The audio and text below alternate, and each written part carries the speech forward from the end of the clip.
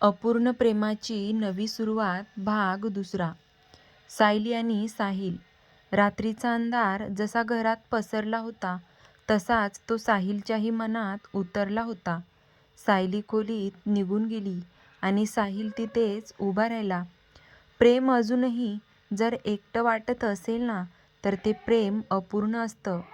ते शब्द त्याच्या डोक्यात घुमत राहिले. तो हळूच सोफ्यावर जाऊन बसला. हातात डोकं धरून, मी कमी पडतोय का? की तिला जास्त हवं आहे? की आयुष्यच आपल्याला वेळ देत नाहीये? त्याला उत्तर माहीत नव्हतं. फक्त एवढंच कळत होतं, सायली बदलते आणि तो ते थांबू शकत नाहीये. खोलीत सायली. आत खोलीत सायली बेडवर बसली होती. डोळे कोरडे होते, पण छातीत काहीतरी दाटून आलं होतं. ती उशी घट्ट धरून बसली होती. मी चुकीची आहे का? की जास्त अपेक्षा करते का? प्रेम म्हणजे सहन करणं असतं का? ती उठली, आरशासमोर उभी राहिली आणि स्वतःकडे पाहिलं. तीच सायली होती, पण डोळ्यातला विश्वास कमी झाला होता. तिचा फोन वाजला. ईशा. ती क्षणभर थांबली, मग कॉल उचलला. सायू, काय करतेस? ईशाचा आवाज नेहमीसारखाच स्पष्ट होता. सायली काही बोलली नाही. ओके, समजलं. साहिल उशिरा. ईशा लगेच ओळखते. सायलीचा बाण फुटला. ईशा, प्रेम असूनही जर एकटं वाटत असेल ना, तर ते चुकीचं आहे का? पलीकडे क्षणभर शांतता. नाही सायली, ईशा ठामपणे म्हणाली. ते प्रेम चुकीचं नसतं, पण अपूर्ण नक्कीच असतं. आणि अपूर्णतेत राहून स्वतःला जोडणं हे मात्र चुकीचं असतं गं. सायलीचे डोळे पाणावले.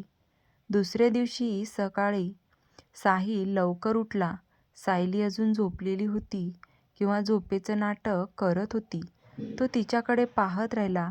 कधी इतकी शांत नव्हती, कधी इतकी दूर नव्हती. तो न बोलता ऑफिसला निघून गेला. दार बंद झालं. सायलीचे डोळे उघडले. ती उठली नाही, फक्त छताकडे पाहत राहिली. कॉलेजचा जुना मित्र. ऑफिसमध्ये साहिल कामात स्वतःला बुडवायचा प्रयत्न करत होता. तेवढ्यात कोणीतरी मागून खांद्यावर हात ठेवला. अरे साहिल. तो वळला. अद्वैत. कॉलेजपासूनचा मित्र. तोच हसरा चेहरा, तोच शांतपणा. तू इथे कसा? साहिल आश्चर्याने अद्वैतला विचारत म्हणाला. हो रे, इथल्याच बॅचमध्ये ट्रान्सफर झालोय, अद्वैत हसत म्हणाला. कॉफी घेताना गप्पा सुरू झाल्या. कॉलेज आठवणी, सायली. सायलीचं नाव निघताच अद्वैत क्षणभर शांत झाला. ती कशी आहे? त्याने विचारलं. ठीक आहे, साहिल म्हणाला, पण आवाजात खात्री नव्हती. अद्वैतने ओळखलं. तो काही बोलला नाही, पण मनात काहीतरी हललं अद्वैतच्या. संध्याकाळचा योगायोग.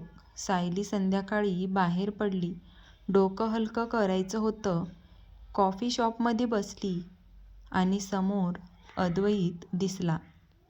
सायली. तो थबकला. तीही चकित झाली. अद्वैत. किती वर्षांनी? तोच शांत आवाज, तोच मृदू हसरा चेहरा. कशी आहेस सायली? त्याने विचारलं. सायली क्षणभर थांबली. जगते, ती म्हणाली. अद्वैत काहीच बोलला नाही, फक्त तिच्यासमोर बसला. त्या शांततेतही तिला एक वेगळाच दिलासा वाटला.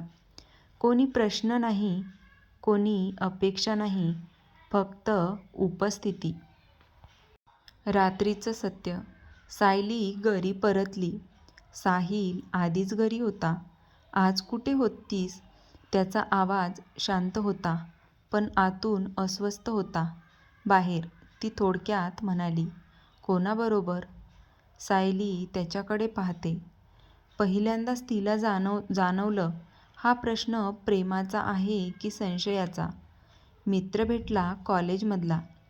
साहिल थबकतो. मनात काहीतरी चुटपुटतं. कोण? अद्वैत. नाव ऐकताच साहिल गप्प झाला. त्या एका नावाने नात्यात एक नवी रेषा ओढली गेली.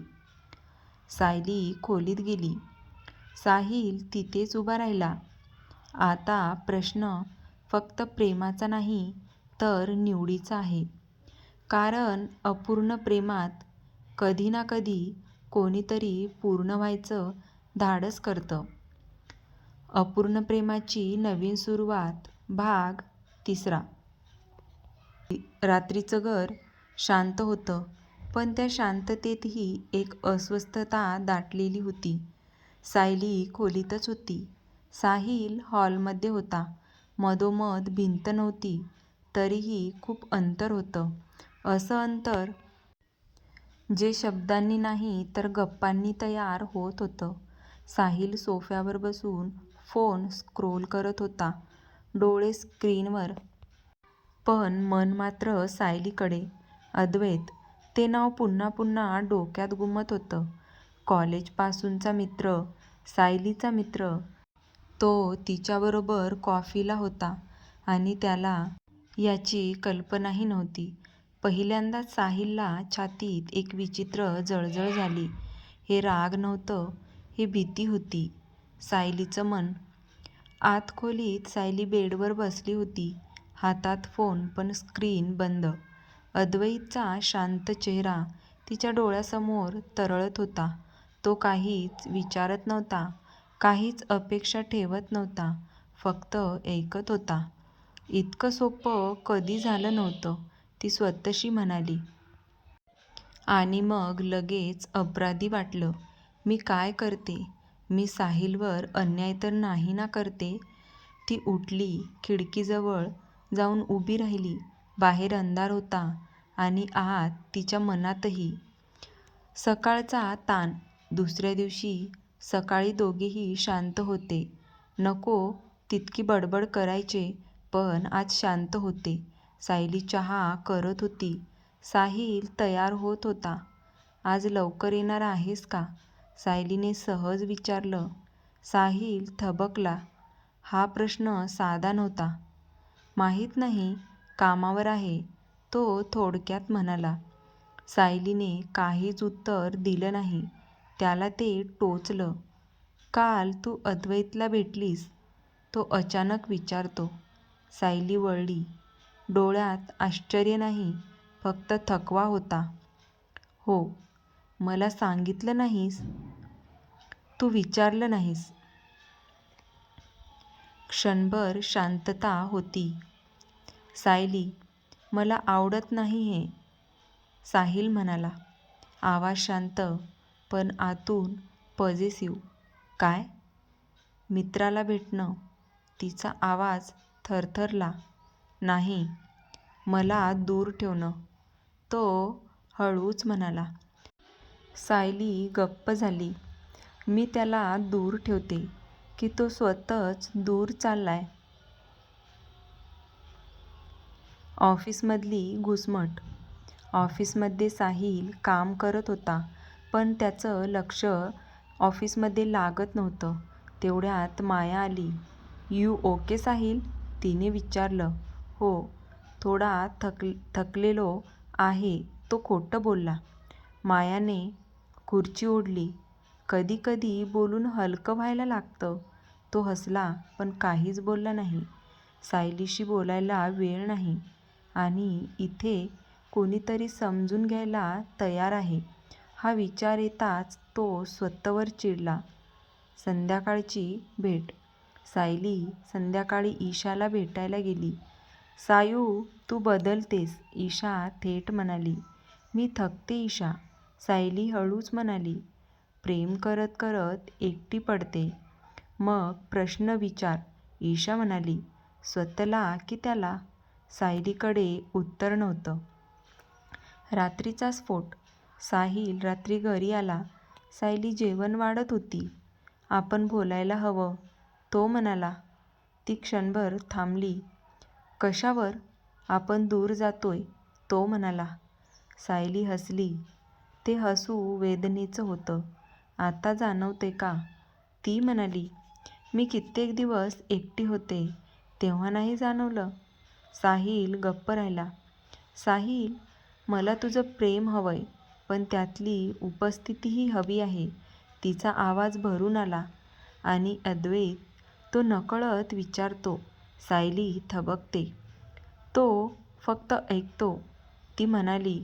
जिथे तू थकलास तिथे तो शांत उभा राहिला. त्या वाक्याने साहिल हादरला. हे फसवणूक नव्हती, हे त्याचं अपयश होतं. सायली खोलीत गेली. साहिल तिथेच बसून राहिला. पहिल्यांदाच त्याला जाणवलं, प्रेम असूनही कोणीतरी हळूहळू हातातून निसटतंय. आणि यावेळी ती सायली आहे. तर तुम्हाला ही माझी नवीन कथा आवडली का? आवडली असेल तर व्हिडिओला लाईक, शेअर आणि सबस्क्राईब नक्की करा. नाही आवडल्यास कमेंट करून तसंही मला तुम्ही सांगू शकता.